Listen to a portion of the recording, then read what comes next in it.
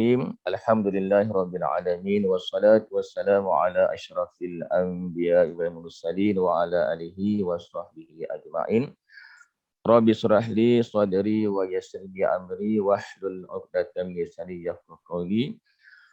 Alhamdulillah, kita panjatkan syukur kepada Allah SWT kerana izinnya Allah masih lagi memberikan kita pelbagai nikmat. Allah masih lagi panjangkan usia kita. Dan Allah masih izinkan kita pada malam ini berada dalam majlis ilmu. Alhamdulillah, kita dapat teruskan bersama dengan Ustaz Haji Long bin Cik. Walaupun gambar tak nampak, insyaAllah suara Ustaz jelas. Jadi untuk kami pihak majlis mengalukanlah kehadiran Ustaz untuk kelas kita yang seterusnya. Yang dihormati muslimin muslimat yang berada dalam alam maya pada malam ini. InsyaAllah bagi memberkati majlis kita pada kuliah kita pada malam ini, marilah kita sama-sama membaca surah Al-Fatihah.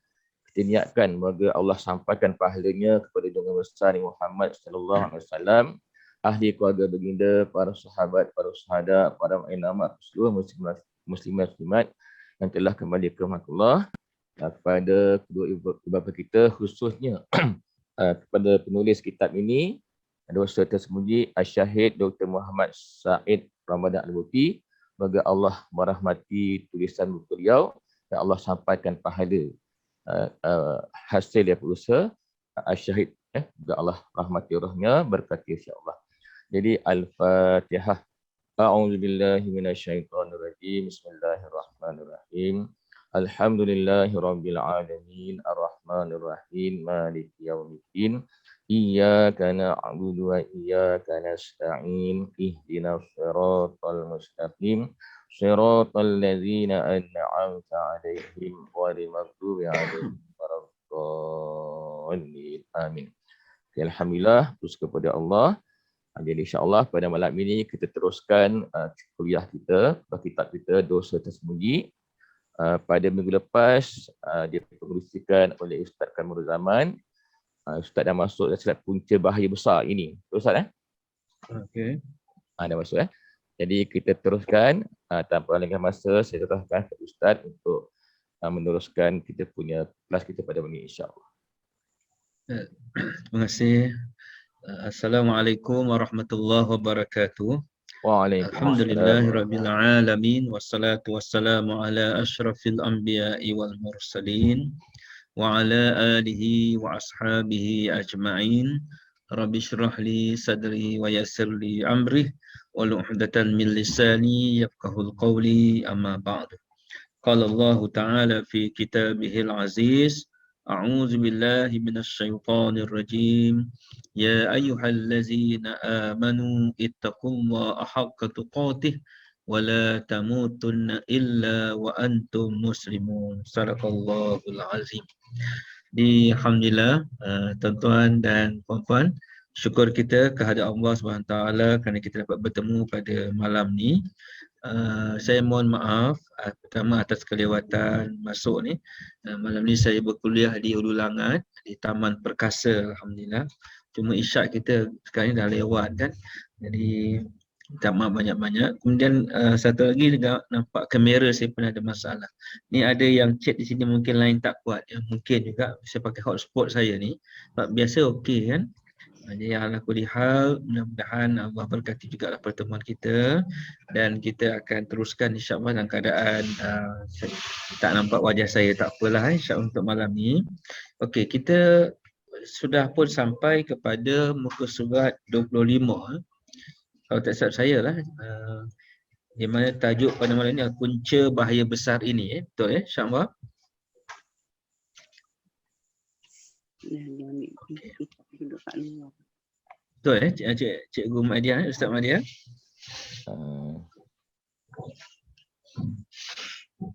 Baik, kita lihat sama-sama tuan-tuan kitab kita. Baik, sesungguhnya bahaya besar ini berpunca daripada satu sebab, iaitu terpautnya hati dengan dunia, dan dunia telah diletakkan di tempat yang lebih tinggi daripada martabat sebenar yang telah ditetapkan oleh Allah Azza wa Jalla. Jadi kalau kita lihat tuan-tuan, maknanya punca bahaya sebenar adalah asbab daripada hubbud dunia, cinta dunia ni. Di mana kita lihat umat Islam terperangkap dengan kekeliruan antara yang mana satu kita nak jadikan sebagai alat, yang satu nak kita jadikan matlamat.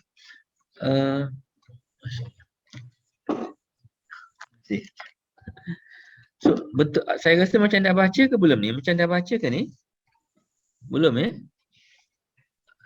Yang ingat kita, yang masih ataupun yang ingat, saya dah baca belum tajuk ni?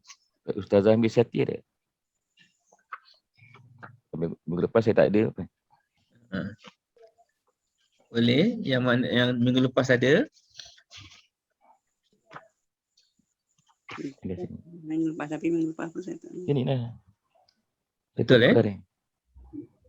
Okey, saya baca yang tadi 16. Macam dah baca Ustaz. Macam dah baca Sebabnya saya ada tanda dekat buku ni. Pada muka Okey. surat 27 tu 16 hari bulan 1 20 21. So mana lagi ni kita masuk akibat, mana tajuk baru lah ya. Ya, betul. Okey, baik. Terima kasih. Alhamdulillah. Minta maaf tuan-tuan ni. Masya Allah. Subhanallah. Baik, kita masuk kepada muka surat 29 Baik. Akibat daripada bahaya ini. Baik, antara akibat terbesar daripada bahaya ini adalah seperti yang telah saya jelaskan kepada anda, iaitu runtuhnya tonggak kekuatan masyarakat Islam. Berkurangnya kegemilangan umat Islam.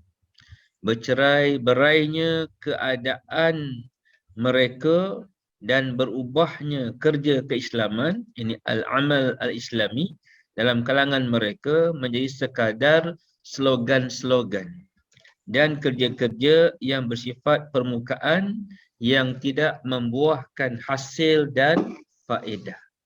Baik, kalau kita lihat pada pertemuan kita yang lalu, tuan-tuan di mana kita lihat masalah umat hari ini adalah kita terperangkap dengan hati yang telah rosak. Hati yang dalamnya ada kecintaan kepada dunia sehingga terbitnya berbagai penyakit-penyakit mazmumah. Baik. So kesan daripada itu kita lihat, kata pengarang, kata penulis Syahid kita, antara akibat terbesar dari bahaya itu apa kesannya? Pertama kita lihat runtuhnya tonggak kekuatan masyarakat Islam. Runtuhnya tonggak kekuatan masyarakat Islam. Jadi kita jadi lemah, ibarat macam lidi lah. Apabila kita berpecah, tak bersatu, hasad dengki sama kita, akhirnya musuh-musuh dapat menangguk di air yang keruh lah. Jadi kekuatan kita hilang. Berkurangnya kegemilangan umat Islam. Kegemilangan kita menjadi pudar, tercalar.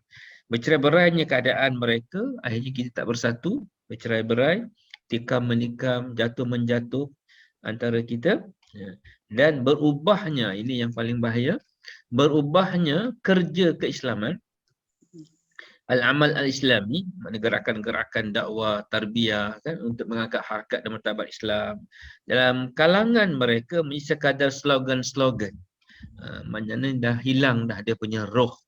Dah hilang dah dia punya roh Masing-masing bergerak, berjuang atas perkara-perkara yang akhirnya berasas pada kepentingan peribadi, kepentingan dunia dan sebagainya. Akhirnya tinggal slogan-slogan saja. Dan kerja-kerja yang bersifat permukaan, hanya luaran saja, hanya luaran, zahir saja, dan tidak membuahkan hasil dan faedah. Saya teringat tuan-tuan dan puan, satu masa saya dijemput untuk menyampaikan satu ceramah di sebuah tempat lah. Saya ingat di Ampang tersilap saya. Kemudian masa minum lah, salah seorang daripada jemaah ni datang kat saya. Dan rupanya dia adalah merupakan antara aktivis lah, penggerak gerakan Islam, ABIM lah, di satu masa dulu. Jadi dia kata Ustaz, saya rasa macam sekarang dengan dulu jauh beza. Maknanya di sini saya peribadi mengatakan dulu gerakan awal lah, dakwah di Malaysia ni, macam dia aktif dalam ABIM dengan Tamrin dan sebagainya, program tarbiyah, dia punya roh tu lain kata. Macam sekarang ni macam tak rasa macam yang dulu tu. Jadi sebenarnya kalau kita lihat inilah masalah yang berlaku dalam gerakan-gerakan Islam yang ada hari inilah sebenarnya. Mana kita dapat melihat ada perbezaan yang besar antara dulu dengan sekarang. Kan? Saya sendiri masa sekolah dulu saya pernah ikut jamaah tabligh lah yang datang di tempat saya. Masa tu Masya Allah pakai kayu api, mereka terpaksa naik bas, turun bas, bawa piuk kan.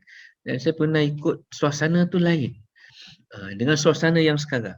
Suasana sekarang dengan moden, dalam keadaan mewah, ada kereta dan sebagainya. Subhanallah, bila pengorbanan tak ada, pengorbanan susah payah tak ada kan, dan kadang-kadang ada benda-benda yang lain, ada nama itu yang lain, tujuan-tujuan gerakan-gerakan Islam menjadi hamba. Ini yang pengarang ungkapkan, angkat ke permukaan. Antara puncanya adalah balik-balik kepada masalah hati, hati yang telah rosak, hati yang ada kepentingan-kepentingan peribadi, hati yang ada cinta dunia dan sebagainya. Jadi akhirnya gerakan-gerakan Islam pun menjadi hamba, tinggal slogan sahaja, ya, dan bersifat permukaan saja, bersifat luaran saja. Masya Allah. Antara akibat lain, ini kesan daripada penyakit ini, antara akibat lain ialah kerja keislaman pada realiti kebanyakan mereka bertukar menjadi semata-mata taktik yang berbentuk luaran. Jadi hanya nak nampak gah luaran saja, supaya nampak hebat, nampak bagus, tapi hakikatnya tak ada apa-apa, kosong, tidak ada penghayatan. Masya Allah. Sebab itu dikatakan hari ni, tuan-tuan dan puan-puan, kita ni umat Islam dia ibaratnya macam harimau lah, harimau tapi dah tak ada taring, dah tak ada kuku, kan? Ular yang ibaratnya ular yang dah tak ada bisa. Jadi mana orang dah tak, mana kegerunan pada umat ni dah tak ada dah. Kehebatan umat ni sudah hilang. Sebab kekuatan, kehebatan umat ni sebenarnya terletak kepada roh iman, amal dan takwa tu. Jadi apabila hanya ditumpu kepada zahir saja, zahir dan tidak diseimbangkan dengan yang dalaman, sehingga amal tak dijaga, bangun malam tak dibuat, kan, zikir tak dipasak, Quran tak dijadikan amalan, maka akhirnya kita lihat usaha-usaha itu menjadi luaran saja, tidak daripada dalaman, hilang rohnya lah, hilang rohnya. Inilah apa yang sedang berlaku dan melanda umat Islam di seluruh dunia sebenarnya.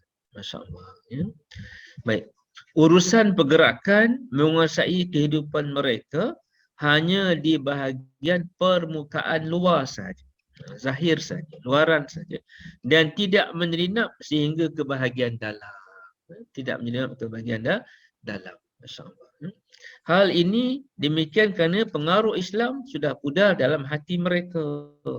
Jadi hati itu sudah tidak ada roh Islam, tidak dipasakkan dengan amal, tak disuburkan dengan iman, dengan takwa, kan? Hanya lebih kepada pandai berbicara, bercakap, berdialog, berjidal, berdebat semata-mata. Dan yang penting hanya luaran saja tadi, ya. Hal ini demikian kerana pengaruh Islam sudah pudar dalam hati mereka dan ia berterusan pudar sehingga ia tidak berpengaruh lagi.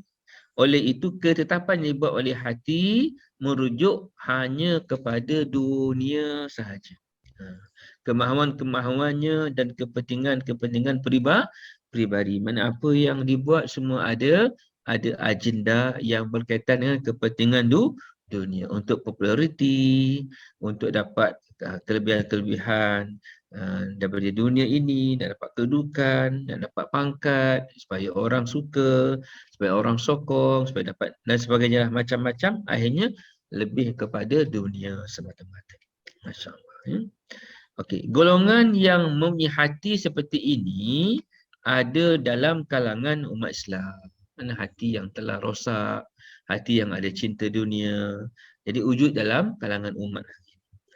Mereka berharap kalaulah Islam itu kembali berkuasa dan memerintah, niscaya hal tersebut akan menyebabkan mereka mampu mengangkat kepala serta menjadikan mereka berkuasa dan berpengaruh.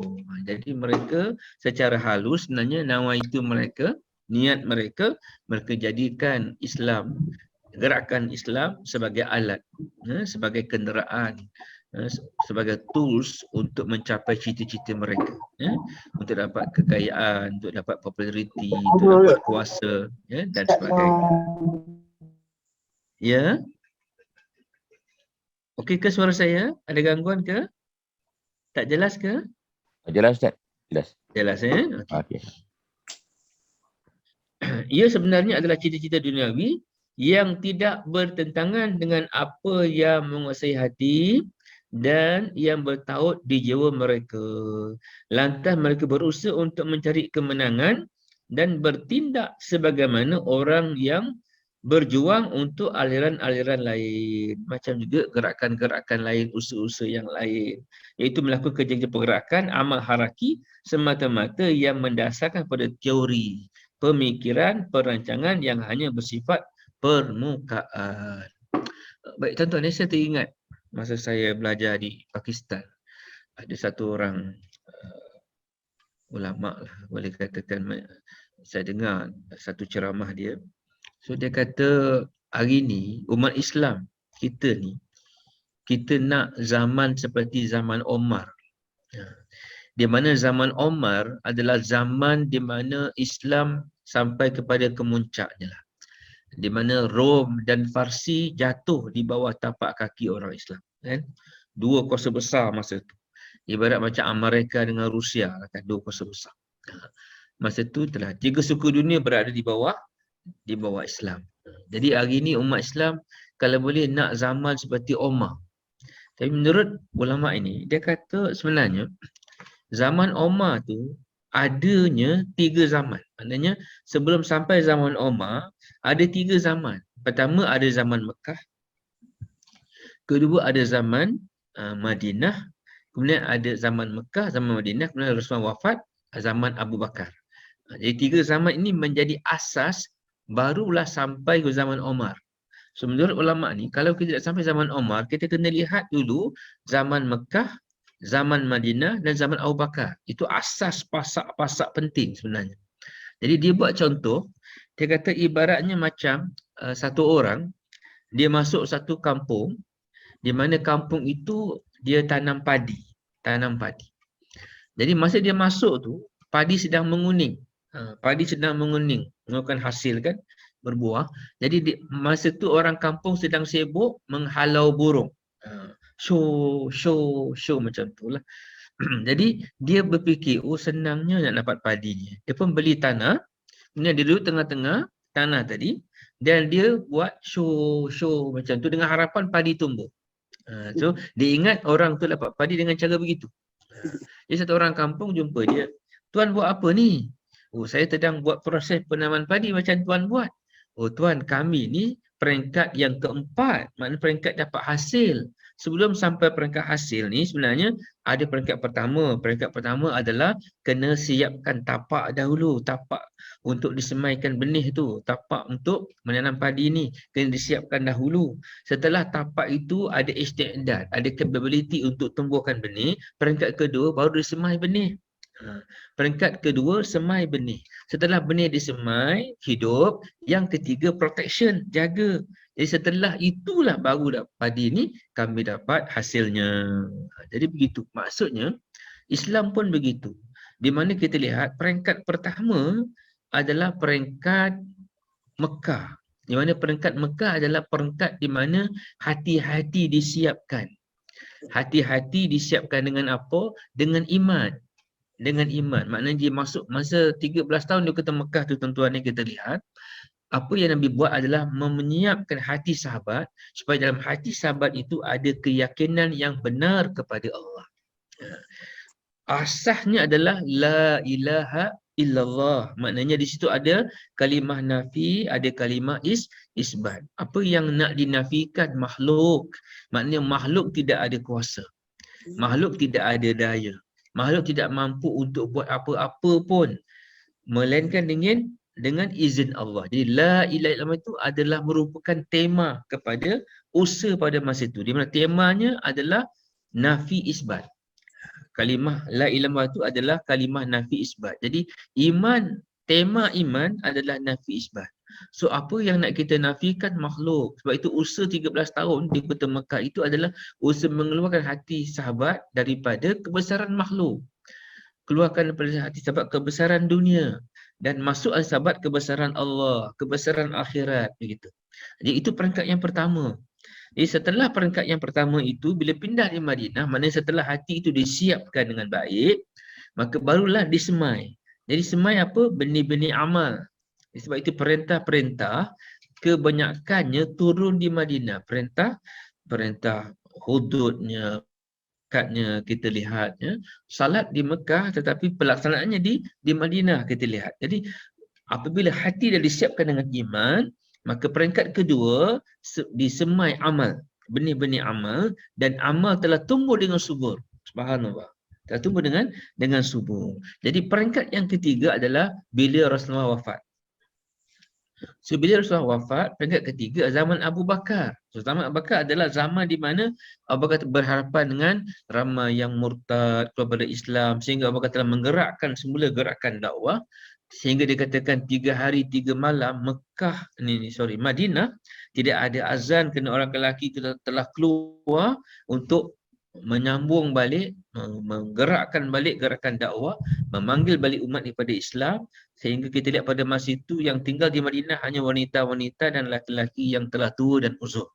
Sebab apa? Abu Bakar telah mengusahakan yang ketiga ni, protection, itu dengan dakwah dan tarbiyah. Subhanallah. Jadi apabila proses ini berlaku, barulah sampai pada proses yang keempat, iaitu dapat hasil. Jadi hari ini umat Islam, kata ulama tadi, kita nak zaman Umar, nak Islam yang hebat, Islam, tapi kita tak siapkan iman yang benar, amal yang betul, dan tidak adanya elemen dakwah dan tarbiyah, pengukuhan, pemantapan. Jadi mana mungkin ini akan berlaku. Jadi ini yang terjadi hari ini kita lihat. Peringkat awal gerakan dakwah dalam negara kita pun kita lihat, masa dalam awal-awal, kita lihat ujung 60-an, awal 70-an, kita lihat Masya Allah. Dan saya sendiri dalam proses pada masa saya pernah ikut arkamnya di Sungai Penchala, ya, tablignya, abimnya masa tu, suasana tu, tamrin dan sebagainya, usrah.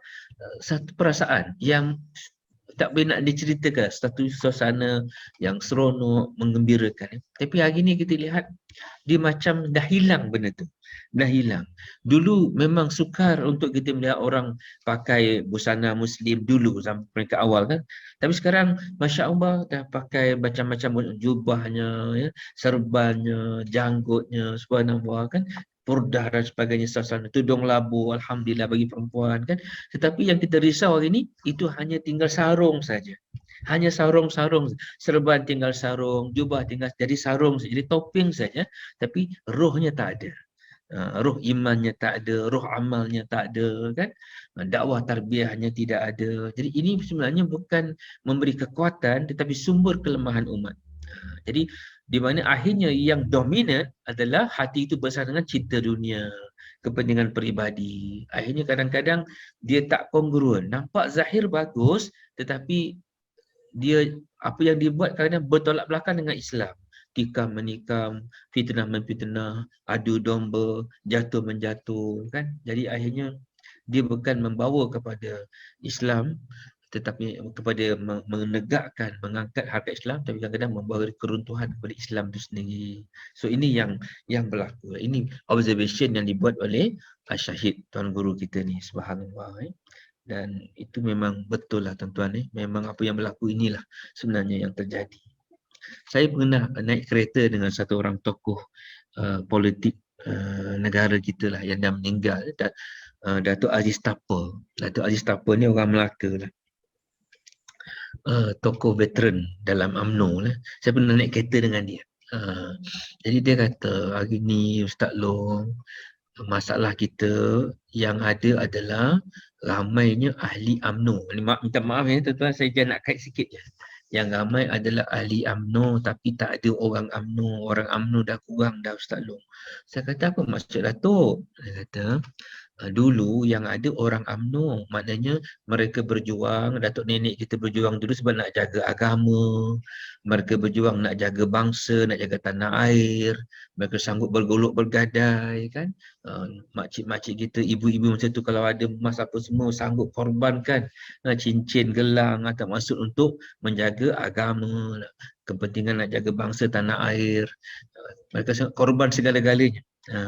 Tapi hari ni mereka bayar RM1 jadi ahli UMNO, lepas tu nak dapat itu, dapat ini kan. Perjuangannya berbeza. Jadi bila saya lihat, saya kenang balik, maknanya Masya Allah, betul lah. Ini yang berlaku ini dalam semua gerakan. Akhirnya kita lihat menjadi lemah. Walaupun kita bawa nama Islam, kita bawa nama Islam, perjuangan kita untuk Islam, tapi kadang-kadang hanya retorik kan, hanya kata-kata tapi tak ada roh. Tak ada roh. Jadi ini yang berlaku kita lihat. Jadi penting sebenarnya untuk kita ambil perhatian ini supaya kita boleh perbetulkan di peringkat diri kita sendiri. Sebab itu kata Hasan Al-Banna, kamu tak akan dapat lahirkan sebuah negara Islam kalau kamu tak lahirkan individu-individu yang benar-benar Islam. Jadi kita kena mula daripada diri kita lah. Diri kita, bentuk diri kita peribadi Islam yang sebenar, insya-Allah. Betulkan hati kita. Apa matlamat perjuangan kita, kita betulkan.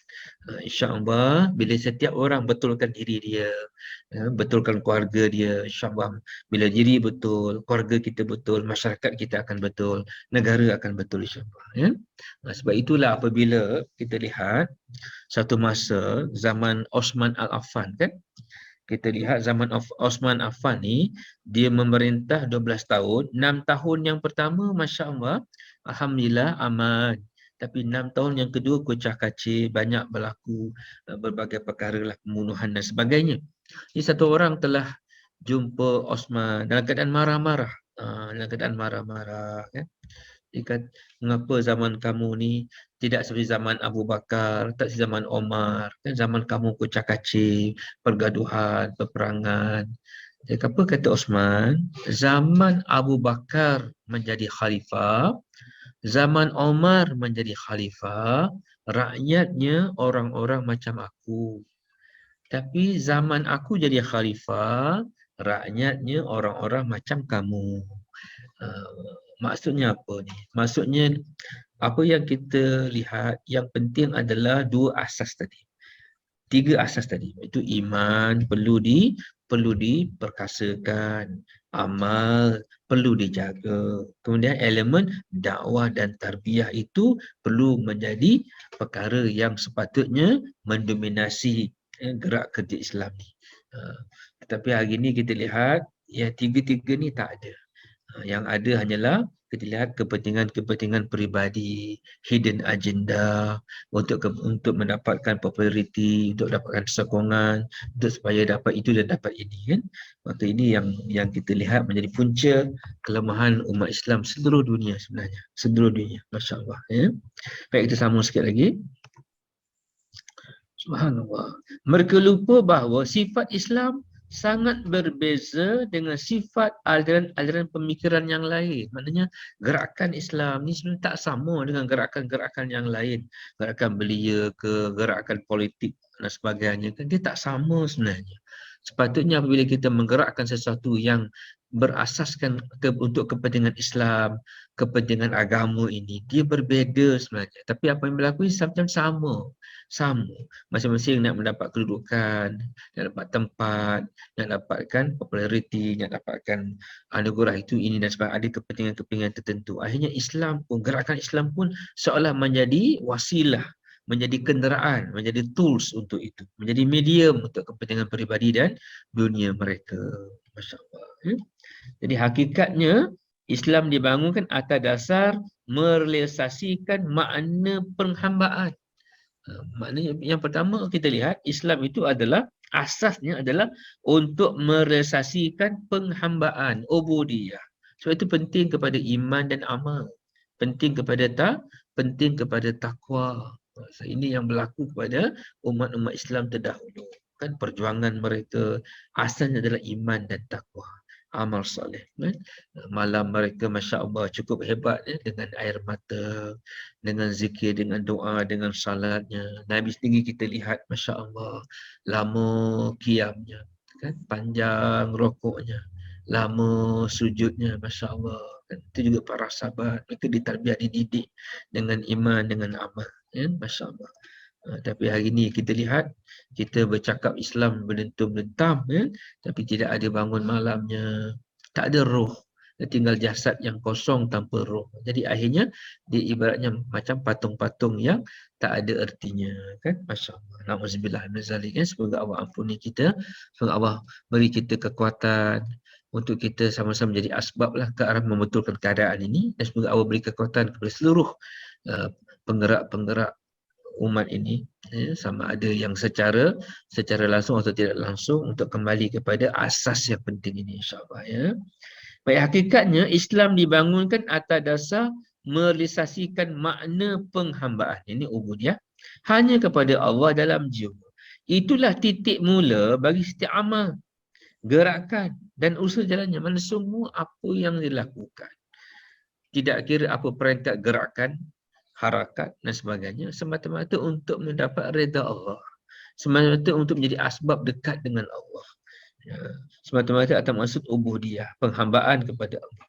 Perkara tersebut mewajibkan setiap Muslim membaiki hati dan jiwanya sebelum melakukan sesuatu. Jadi apa yang penting sebenarnya adalah sebelum apa pun, makna bersihkan hati dulu, siapkan hati, tingkatkan amal kan. Masya Allah. Ini yang kita kekurangan. Masya Allah. Perkara tersebut mewajibkan setiap Muslim membaiki hati dan jiwanya sebelum melakukan sesuatu. Adapun aliran pemikiran yang lain, gerakan-gerakan yang lain kan, mereka langsung tidak mewajibkan perkara tersebut kepada para pendukungnya. Itu tidak jadi agenda. Sebab mereka, asas mereka tak sama kan. Asal mereka hanya semata-mata untuk kepentingan diri mereka, kepentingan politik mereka, kepentingan peribadi mereka. Tak sama. Tapi bila kita yang membawa imej Islam, yang membawa perjuangan Islam ni sepatutnya berbeza. Tapi kadang-kadang kita lihat sama je kan? Sama. Perkara tersebut mewajibkan setiap Muslim membaiki hati dan jiwanya sebelum melakukan sesuatu. Adapun aliran pemikiran yang lain, mereka langsung tidak mewajibkan perkara tersebut kepada para pendukungnya. Mereka juga tidak menunjukkan kepada ahlinya supaya menjauhi dosa tersembunyi yang telah disebutkan dalam Al-Quran. Dan mereka pun tak kisah untuk menunjukkan kepada dosa yang tersembunyi, mana hati yang rosak, yang ada sifat-sifat mazmumah, riya, ujub, takbur, sombong, bongkak kan, hubbud dunia.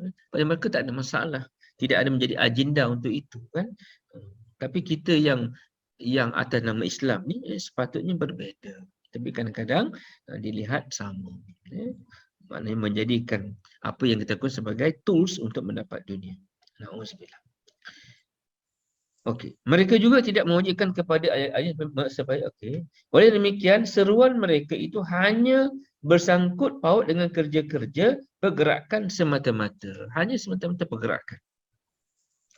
Hanya pergerakan, aktiviti, mengisi program, agenda, KPI semata-mata atau maksud program, just for the sake of program saja, just for the sake of program. Tapi kita lihat sebenarnya kalau kita gerakan-gerakan awal Islam di zaman Nabi SAW, apa yang mereka buat bukan just for the sake of program. Program itu bukan matlamat. Program itu menjadi alat untuk mencapai matlamat. Apa matlamat mereka? Untuk dapat Allah, untuk dapat redha Allah. Tapi hari ini matlamat mereka hanyalah untuk program, semata-mata for the sake of program. Dan daripada program itu mereka harapkan apa? Dapat sokongan, dapat pujian, supaya popular, supaya orang suka, supaya dapat dunia dan sebagainya. Na'udzubillah ya. Baik. Oleh demikian, seruan mereka itu hanya bersangkut paut dengan kerja-kerja pergerakan semata. Lalu kerja tersebut akan berjalan seiring dengan kehendak nafsu secara semula jadi. Jadi akhirnya yang dominan adalah apa yang mereka buat, agendanya semata-mata untuk kepentingan nafsu mereka, kepentingan dunia mereka. Jadi kerana mereka tidak menundukkan kehendak nafsu tu. Allahu Akbar. Apabila perbezaan ini gagal difahami dengan betul dan mereka cuai dalam pembaikan hati dan jiwa, hal ini menjadikan mereka bertaklid kepada orang lain dari sudut kaedah-kaedah mereka. Jadi kita duduk bertaklid ikut bagaimana nak majukan gerakan kita ni, akhirnya kita ambil berbagai teori-teori. Walaupun kadang-kadang teori daripada barat dan sebagainya yang memang dia punya puncanya tak sama. Nama itu tujuannya tak sama. Tapi itulah yang berlaku. Maka yang jadi ikutan akhirnya benda yang membawa kita jauh tersasar lagi daripada track yang sebenar. Masya-Allah. Jadi apabila perbezaan ini gagal difahami dengan betul dan mereka cuai dalam pembaikan hati, tidak ada proses untuk membaiki hati dan jiwa, hal ini menjadikan mereka bertaklid. Taklid maknanya ikutlah, mengikut-ikut saja secara membabi buta kepada orang lain. Dari sudut kaedah-kaedah mereka, melihat kaedah macam mana nak majukan, macam mana nak buat apa, akhirnya benda yang zahir saja, yang luaran saja nampak hebat, nampak bagus. Ya, Masya-Allah. Mereka juga membataskan mereka dalam lingkaran yang lain itu, iaitu dengan hanya mengadakan perbincangan, perdebatan, pertemuan yang memukakan fikiran dan menyusun pendekatan tanpa agenda yang lebih bermakna di sebalik semua itu. Allahu Akbar. Baru ni saya dengar ada satu pandangan yang diviralkan dalam satu WhatsApp. Satu orang tokoh bercakap berdebarat lah, dia kata perbezaan antara politician and leaders. Politician and leaders. Dia kata politician mereka hanya bercakap tentang pilihan raya. Maksudnya nak menang pilihan raya yang akan datang. Second election. Tetapi leaders mereka sebenarnya berfikir bagaimana untuk membangunkan generasi akan datang. Jadi tuan-tuan, Islam lagi hebat sebenarnya. Islam yang Rasulullah telah menjadi pengasas gerakan Islam sedunia hari ini, tuan-tuan ni, di mana kita lihat apa yang Rasulullah fikir. Rasulullah fikir adalah bagaimana how all human being, macam mana seluruh manusia ni di seluruh muka bumi sampai kiamat boleh selamat dekat dunia ni, boleh selamat dekat kubur, mahsyar, sirat dan akhirnya boleh masuk syurga Allah. Subhanallah. Jadi fikir inilah, risau inilah yang sepatutnya menjadi agenda utama kepada kita semua yang ingin meletakkan balik Islam pada tempatnya. Kekuatan umat ini sebenarnya letaknya di situ, iaitu sambung fikir risau Nabi SAW. Apakah fikir risau Nabi? Nabi sentiasa berfikir dengan penuh risau macam mana umat ini boleh selamat daripada azab Allah, itu neraka, dan boleh masuk syurga.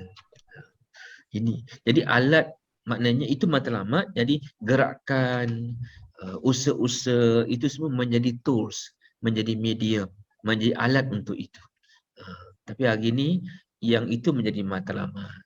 Itu menjadi matlamatnya adalah untuk diri, kepentingan peribadi tadi, dan alatnya digunakan gerakan-gerakan yang ada. Allahu Akbar. Akhirnya kita bukan membangunkan Islam, tetapi kita menjadi sumber akhirnya kejatuhan umat ini. Na'udzubillah min zalik. Kita doa sama-sama tuan-tuan ya, supaya Allah perbetulkan balik apa yang sedang berlaku ini, insya-Allah. Sebab itu Allah turunkan tempias-tempias kemurkaannya untuk bantu. Untuk membantu kita supaya kita ingat, supaya kita sedar. Ya. Sebab itu kalau kita lihat Nabi SAW, apakah perjuangan Nabi? Apakah gerak kerja Nabi? Kita lihat Nabi sendiri menggerakkan manusia ini pertama untuk membawa manusia ini kepada kebesaran Tuhan-Tuhan yang palsu kepada Tuhan yang benar, iaitu Allah.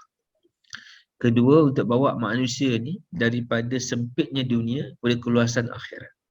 Dan ketiga, untuk bawa batilnya agama-agama yang lain kepada benarnya Islam yang hak itu.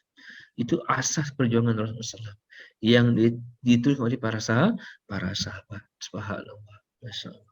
Tapi hari ini kita lihat semua itu seolah-olah hilang kan.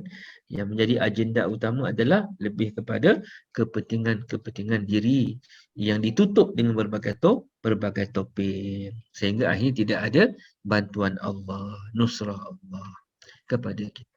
Sebab itu Allah kata apa? Wa ukhra tuhibbunnaha nasrun minallah wa fathun qarib wa basyiril mu'minin.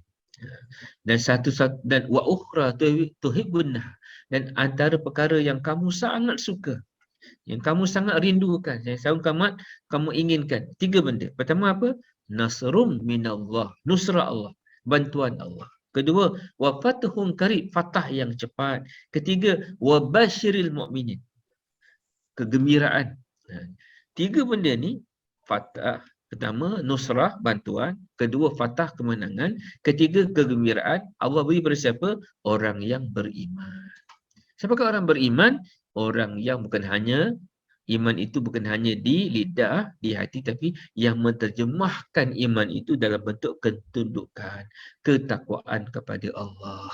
Jadi orang-orang inilah yang Allah akan beri nusrah, Allah beri fatah, yang Allah beri kegembiraan.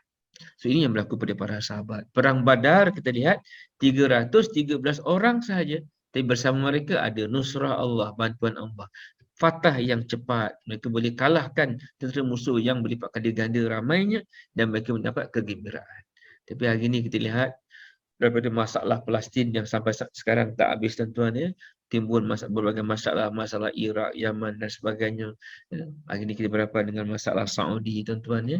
Kita lihat Masya Allah apa yang berlaku di Jeddah tu dengan berbagai bentuk maksiat dan sebagainya. Ini semua menakutkan kita lah tuan-tuan. Kita dah hilang ruh kepada agama ni adalah amal. Ruh agama ni adalah iman. Ruh agama ni adalah takwa. Sebenarnya, so, bila benda itu tidak menjadi asas, maka yang akan berlaku adalah kemurkaan Allah Subhanahu wa taala. Nauzubillah min zalik. Baik, kita sambung sikit lagi tuan-tuan. Apabila perbezaan ini gagal difahami dengan betul dan merkecuai dalam pemaikan hati dan jiwa, hal ini menjadikan mereka bertaklid dengan orang lain dari sudut kaedah-kaedah mereka. Mereka juga membataskan diri mereka dalam lingkaran yang lain itu, iaitu dengan hanya mengadakan perbincangan, perdebatan, pertemuan, memukau fikiran, menyusun pendekatan tanpa agenda yang lebih bermakna di sebalik semua itu. Hanya sekadar process of program sahaja. Terkadang sebahagian besar mereka memandang remeh pula masalah. Memandang remeh urusan ibadah, zikir, solat berjemaah dan amalan mendekatkan diri kepada Allah yang lain yang dapat menghidupkan hati, menjelaskannya tentang hakikat Islam dan membersihkan hati tersebut daripada penyakit-penyakit yang sedang kita perkatakan sekarang.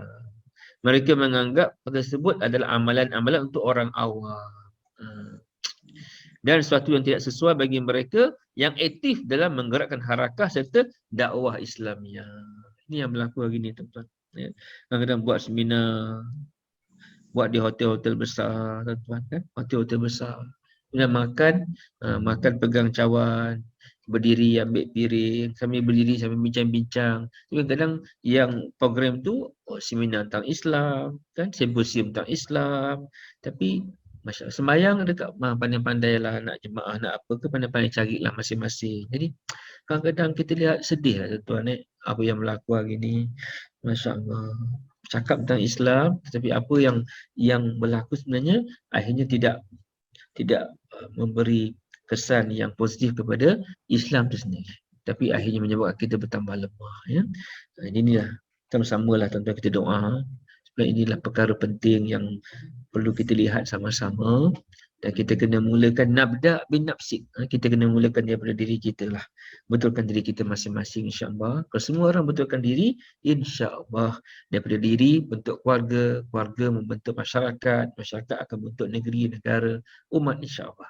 Itu kata asal bana tadi, kamu tak akan dapat lahirkan sebuah negara Islam kalau kamu tak lahirkan individu-individu yang benar-benar Islam. Mereka menganggap perkara tersebut amalan untuk orang awam dan satu tidak sesuai bagi mereka yang aktif dalam menggerakkan harakah serta dakwah Islamiah. Betul lah tuan-tuan ni. Kadang-kadang kita lihat apa yang berlaku inilah suasana yang wujud pada Atas nama Islam kadang-kadang hebat, tapi bila kita tengok perbuatan, tindakan bertentangan dengan Islam yang sepatutnya. Subhanallah. Mungkin kita sampai di situ. Kita buka ruang insya-Allah kalau ada apa-apa pandangan, tambahan, soalan silakan kalau ada. Masya-Allah. Minta maaf lah malam ni tak nampak wajah kan Minta maaf banyak-banyak. Terima kasih kepada Ustaz di atas tajuk perbincangan kita malam ini, akibat daripada bahaya ini, di mana Ustaz banyak menjelaskan tentang isu gerakan dakwah di seluruh dunia, khususnya kita di Malaysia yang nampak semakin lesu disebabkan pelbagai masalah. Kalau dulu rasa rohnya, sekarang makin terasa nampak kelesuan. Ustaz ya? Ya, betul. Okey. Jadi kalau ada sebarang pertanyaan, bolehlah Muslimah nak bertanya, dia jemputlah. Ada melalui chat atau tulis buka mikrofon. Cikgu Salamah nak tanya sama Wahid Puan Habibah Ibrahim ada. Silakan kalau ada. Cikgu Hayati Kamarudin. Semua cikgu. Cikgu sekolah ni. Dia nak tanya ya?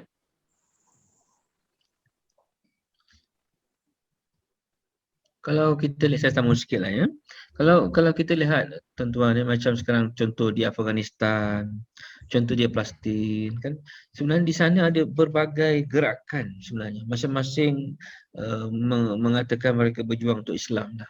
Jadi akhirnya mereka tak bersatu dan menjadi lemah. Macam juga kat negara kita sekarang ni, satu fenomena yang merisaukan kita lah juga sebenarnya kan.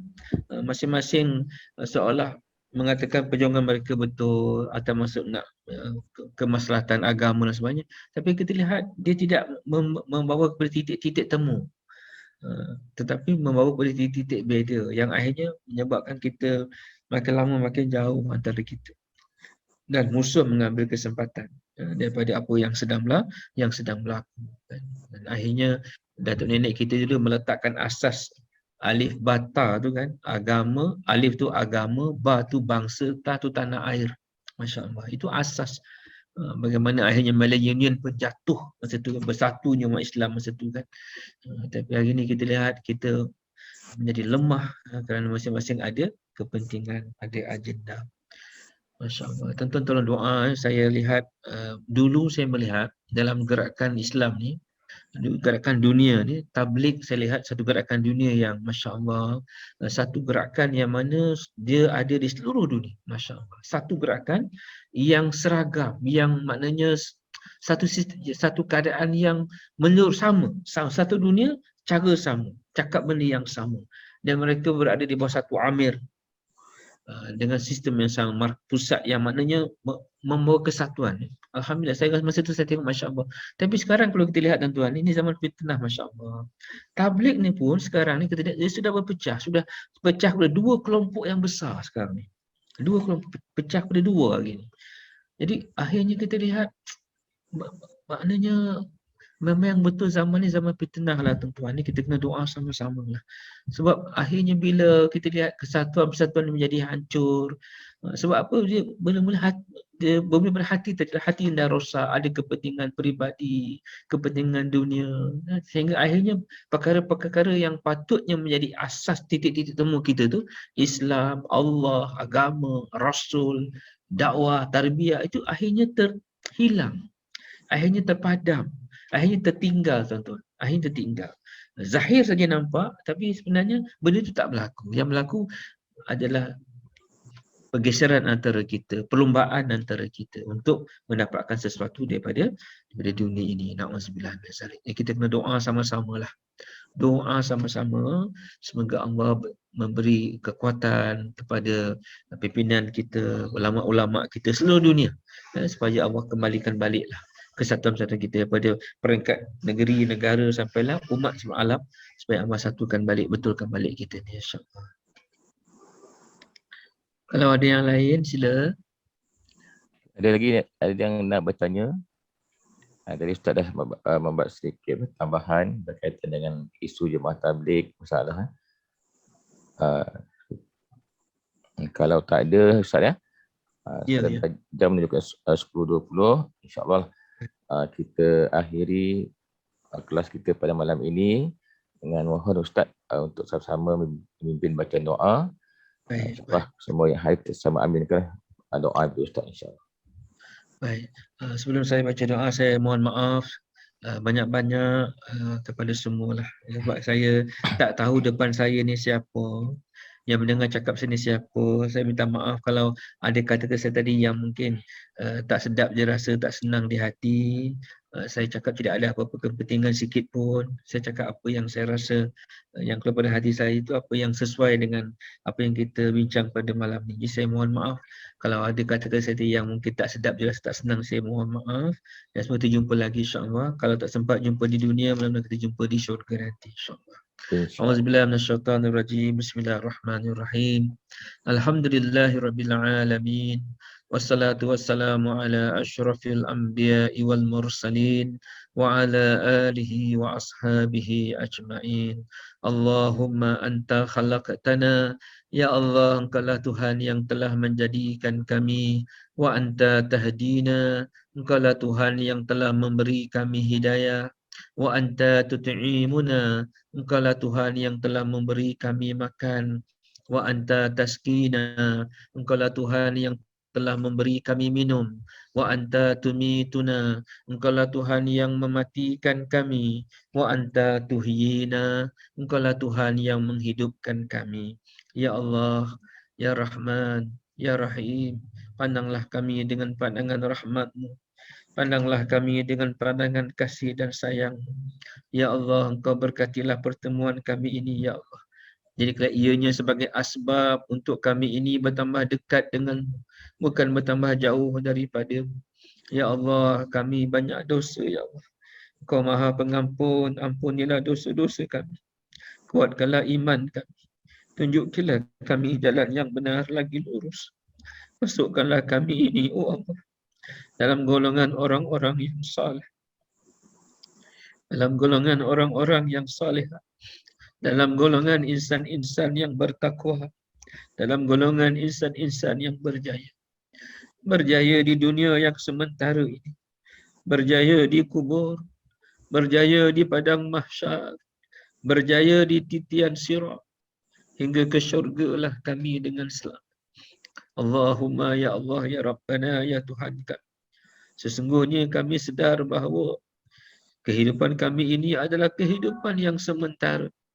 Akan datang satu hari, akan datang satu saat, kami pasti akan berpisah dengan anak-anak yang kami sayang.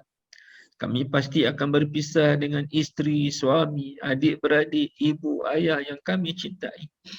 Kami sedar, oh Allah, satu hari nanti kami pasti akan dimandikan orang. Kami pasti akan dikafankan orang. Kami pasti akan disembahyangkan orang. Kami pasti akan diusung ke tanah perkuburan. Kami pasti akan ditinggalkan di dalam tanah. Tanpa teman, tanpa kawan. Tetapi amat kurang bekal kami, ya Allah. Amat kurang persiapan kami. Ampunilah segala kealpaan kami. Ampunilah segala kelalaian kami. Berilah kekuatan kepada kami. Agar kami mampu menggunakan sisa-sisa umur kami. Saki baki hayat kami. Yang masih ada ini dengan sebaik-baik. Mentaati seluruh perintah. Menjauhi seluruh larangan. Hidupkanlah kami dalam ta'at. Matikanlah kami dalam ta'at. Hidupkanlah kami dengan iman, Islam dan ihsan. Matikanlah kami dalam iman, Islam dan ihsan. Ya Allah, kami semua ada ibu, kami semua ada ayah. Sesungguhnya ibu dan ayah kami telah banyak bersusah payah untuk kami. Telah banyak harta benda, wang ringgit, peluh, keringat. Masa dari umur mereka yang mereka telah korbankan untuk kami. Kerana nak melihat kami anak-anaknya ada baju untuk dipakai. Ada makanan untuk dimakan. Ada pelajaran untuk masa depan. Ibu ayah kami bekerja bertungkus lumus membanting tulang membesarkan kami. Sehingga kadang-kadang kurang masa mereka dalam menyelak lembaran Quran. Kurang masa mereka dalam membilang biji-biji tasbih berzikir mengingati. Kurang masa mereka dalam duduk di majlis ilmu. Kerana sibuk membesarkan kami anak-anak. Ya Allah, kami takkan mampu untuk membalas seluruh jasa baik ibu dan ayah kami ke atas kami selama ini. Engkau terimalah itu sebagai ibadah mereka, Ya Allah. Engkau terimalah itu sebagai amal soleh mereka, Ya Allah. Yang kau terima dengan sebaik-baik penerimaan. Dan kau ganjarilah mereka dengan sebaik-baik ganjaran. Ya Allah, kasihanilah ibu dan ayah kami. Sebagaimana mereka telah mengasihani kami. Mendidik dan mengasuh kami sejak kami dari kecil lagi. Ampunilah dosa kedua ibu dan ayah kami. Bahagiakanlah kehidupan ibu dan ayah kami di dunia yang sementara ini, di kubur mahsyar dan sirat, hingga ke syurgalah ibu dan ayah kami dengan selamat. Ya Allah, Ya Rahman, Ya Rahim, permintaan yang sama kami pohonkan untuk anak-anak kami, isteri kami, suami kami, adik-beradik kami, ibu mertua, bapa mertua kami, rakan-rakan kami, guru-guru kami, sanak saudara kami, datuk nenek kami, jiran-jiran kami, ahli qaryah kami, para pemimpin kami, para pimpinan kami, para ulama kami, seterusnya umat Islam yang lain, wa'imah yang masih hidup maupun yang telah mati. Ya Allah, kepada mereka yang telah mendahului kami menghadap-Mu, khususnya dari kalangan kaum kerabat kami, guru-guru yang pernah mendidik kami, kawan-kawan yang pernah susah dan senang dengan kami, tidak ketinggalan kepada seluruh umat Islam yang lain yang telah mendahului kami menghadap-Mu. Mohon apalah kiranya, oh Allah, Engkau letakkanlah roh-roh mereka di kalangan orang-orang yang Engkau kasih lagi sayang. Engkau luaskanlah kubur mereka seluas sejana mata memandang.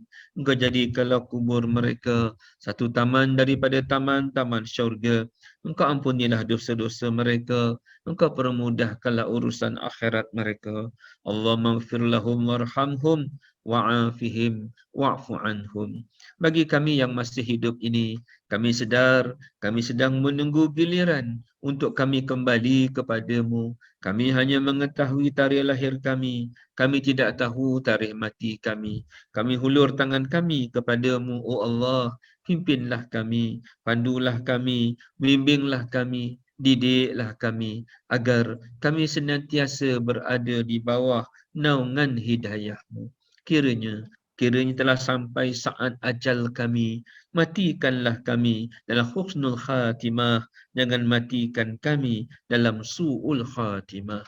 Ya Allah, kami tak pandai berdoa, kiranya ada di antara kami ini yang sakit, mohon Kau sembuhkanlah sakitnya. Jika ada di antara kami ini yang punya masalah, mohon Kau permudahkanlah jalan-jalan penyelesaiannya. Jika ada di antara kami ini yang punya hajat, mohon Kau kabulkanlah akan hajat-hajatnya. Jika ada di antara kami ini yang belum bertemu jodoh, Engkau pertemukan mereka dengan jodoh yang baik, oh Allah.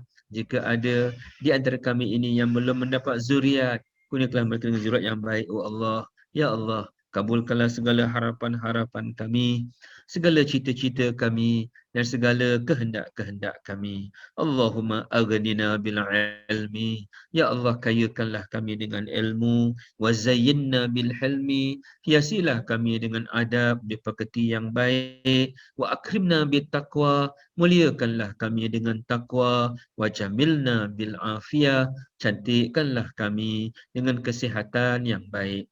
Rabbana atina fid dunya hasanah. Ya Allah, kurniakanlah kepada kami kehidupan yang baik di dunia ini. Kehidupan yang dengannya kami bertambah dekat denganmu, bukan bertambah jauh daripadamu. Wa fil akhirati hasanah. Dan kehidupan yang baik di akhirat nanti. Wa qina azaban nar. Dan jauhilah kami daripada azab api neraka-Mu yang pedih itu. Rabbana taqabbal minna du'aana innaka antas samiul alim. Walhamdulillahi rabbil alamin. Taqabbalallahu minkum minna wa minkum taqabbal ya karim. Sekian, wabillahi taufiq wa hidayah. Wassalamualaikum warahmatullahi wabarakatuh. Waalaikumsalam. Waalaikumsalam. Terima kasih Ustaz. InsyaAllah, terima kasih kepada Ustaz di atas bacaan doa. Jadi, Jadi terima kasih kepada muslimat yang telah menghadiri kelas kita pada malam ini. Kita insya-Allah kita tutup majlis kita pada malam ini membaca tasbih kifarah dan surah Al-Asr. Subhanakallahumma wa bihamdika asyhadu an la ilaha illa anta wa atubu ilaik. Bismillahirrahmanirrahim. Wal 'asr innal insana lafi khusr illa alladziina aamanu wa 'amilus shalihaati wa tawassaw bil haqq wa tawassaw bis sabr. Okay, alhamdulillah. Selagi majlis mengucapkan berbanyak terima kasih kepada Ustaz di atas kekuatan ilmu kita pada malam ini. InsyaAllah kita panjangkan umur, kita berjumpa pada kelas yang akan datang. Terima kasih Ustaz ya. Sama-sama. Alhamdulillah. Terima kasih kembali. Sama-sama. Assalamualaikum. Waalaikumsalam warahmatullahi wabarakatuh.